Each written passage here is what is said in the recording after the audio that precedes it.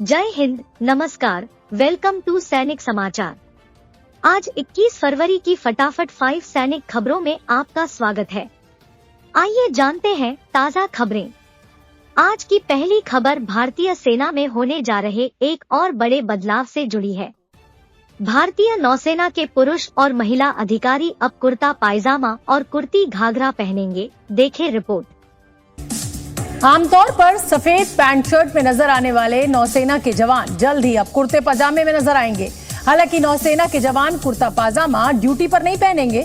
The times of India की report के मुताबिक नौसेना के अफसर और जवान ऑफिसर्स मेस में अब कुर्ता पजामा और सदरी पहनकर जाएंगे। नौसेना ने ऑफिसर्स मेस के लिए ये नया ड्रेस कोड लागू कर दिया है। वहीं महिला नौसैनिक कुर्ती और चूड़ीदार पजामा पहनकर मेस में जाएंगी। ड्रेस में इस बदलाव को गुलामी की मानसिकता से आजादी के तौर पर देखा जा रहा है। हालांकि ये ड्रेस कोड युद्धपोत और पनडुब्बियों पर तैनात अफसरों और जवानों पर लागू नहीं होगा। बताया जा रहा है कि जल्दी इस ड्रेस कोड को आर्मी और एयरफोर्स के अधिकारी मेस पर भी लागू कर दिया जाएगा। अगली खबर शहीद सैनिकों के सम्मान से जुड़ी है। राजस्थान के मुख्यमंत्री ने शहीदों पर बड़ी बातें कही हैं। यह सब उन्होंने एक शहीद की प्रतिमा के अनावरण के दौरान कही, देखें क्या कहा।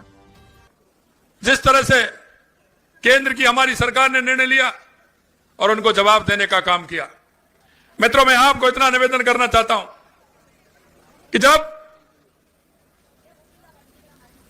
शहीद अगर कोई सेना का शहीद वहां बॉर्डर पर होता था तो उसको कोई घर लाने की व्यवस्था नहीं थी। उसका वहीं दाह संस्कार कर दिया जाता था। उसकी बेल्ट आती थी, उसकी टोपी आती थी।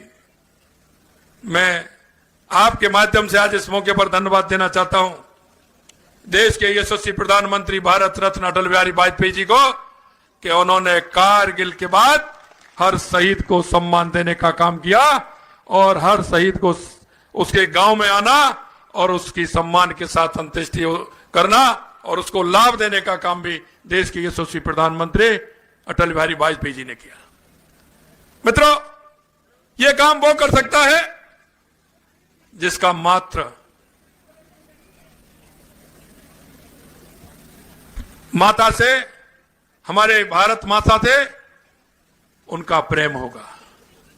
वो उनको पहचान सकेंगे कि शहीदों की कीमत क्या है। शहीदों की कोई कीमत नहीं होती है।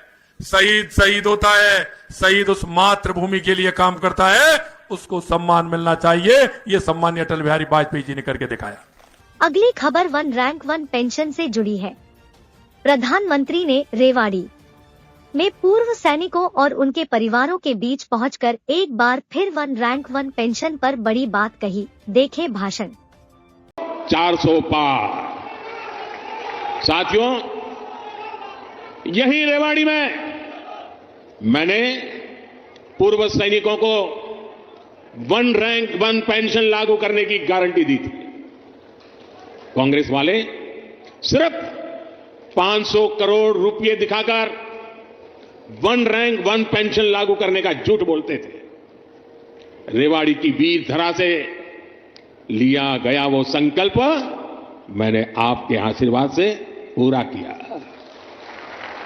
अभी तक ओआरओपी के तहत 1 रैंक 1 पेंशन के तहत पूर्व सैनिकों को करीब करीब 1 लाख करोड़ रुपए मिल चुके हैं।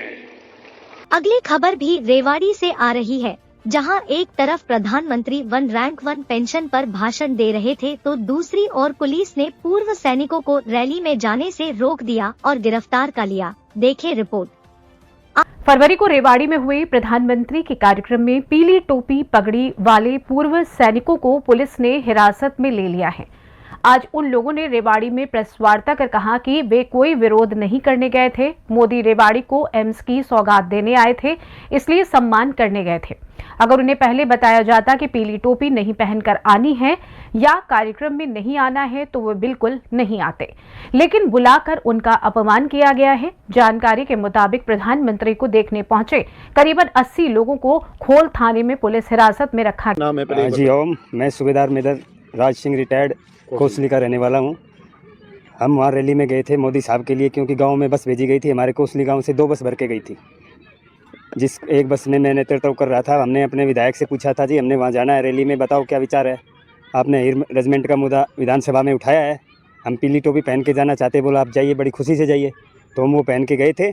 उसके बाद हम रैली में पहुँचे, धीरे धीरे जब मेन गेट पे पहुँचे तो उन्होंने मेरी पीली टोपी देख के, मेरे साथी दो चार थे, उनको भी, जिनके पास टोपी नहीं थी, मेरे पास टोपी थी, उनको भी साथ में ले लिया, बोला बैठो। मैंने पूछा भाई क्या बात है, मैं सैनिक हूँ, मेरे मेडल ये लगे हुए थे मेरे सीने पे, क्या परेशानी हो गई, बताओ क्या कारण है, आप अचानक ऐसे क्यों ले जा रहे हैं। बोला साहब आप आइए, सिक्योरिटी का मैटर है, आपसे बात करेंगे। मैं बोला चलो भाई बात करेंगे। थोड़ी दूर ले गए, बोला हमारा साहब बात करेगा। मैं कहाँ है साहब, बुलाओ। तो उसके बाद एक गाड़ी आती है, उसमें हमको बैठा दिया जाता है। जाके अंदर गया तो वो पूछते हैं भाई साहब आप कहाँ के रहने वाले हो। मैंने पूरा एड्रेस दिया। उन्होंने, क्यों इनको इतना दर्द हुआ कि भाई ये आवाज़ ना उठा दे कभी। गवर्नमेंट को भी ये था कि भाई कोई उठा सकता है, ऐसी बात नहीं है। वो आरोपी वाले भी थे जिनको जानते थे, सीआईडी ने हमारे फ़ोटो वगैरह लिए थे। जब हम गांव से चले तो फिर आगे मैं आया था जाहिदपुर, तो वहाँ भी सीआईडी वाला था, उसने फ़ोटो लिए थे। हो सकता है कैसे क्या हुआ, लेकिन ये बहुत ही घिनौनी हरकत है, ये सरकार के लिए शोभा नहीं देता। आज की अंतिम खबर दिल्ली से आई है, जहां 20 फरवरी को जंतर मंतर 1 रैंक 1 पेंशन धरने को 1 साल पूरा होने पर पूर्व सैनिक पुलिस अधिकारियों को ज्ञापन देने जा रहे थे, लेकिन पुलिस ने उनको धारा 144 का हवाला देते हुए गिरफ्तार कर लिया। इसके बाद कपिल फौजी ने क्या कहा, देखिए। बम और पिस्तौल से क्रांति नहीं आती, बम और पिस्तौल से क्रांति नहीं आती, विचारों की तलवार पे क्रांति आती है। सरदार आजम शहीद भगत सिंह, चिड़िया वो है ना, गुरु गोविंद सिंह का हमारा कि बात संग में चिड़िया लड़ाओ और 1.25 लाख से 1 लड़ाओ।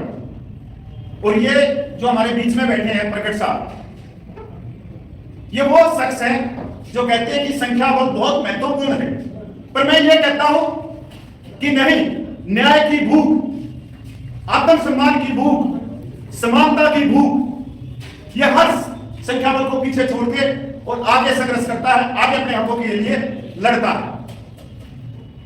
आज किसी को भी नहीं मालूम था कि एक छोटी सी तहसील से उठ के कोई 5-7 व्यक्ति इस पूरे देश के, कश्मीर से लेकर कन्याकुमारी तक, मणिपुर से लेकर जैसलमेर तक 28 लाख पूर्व सैनिक, 7.5 लाख माता बहनों को जगा देंगे।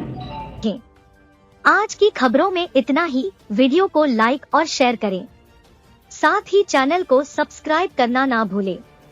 जय Hind. For more updates, subscribe to our channel and enjoy watching the videos.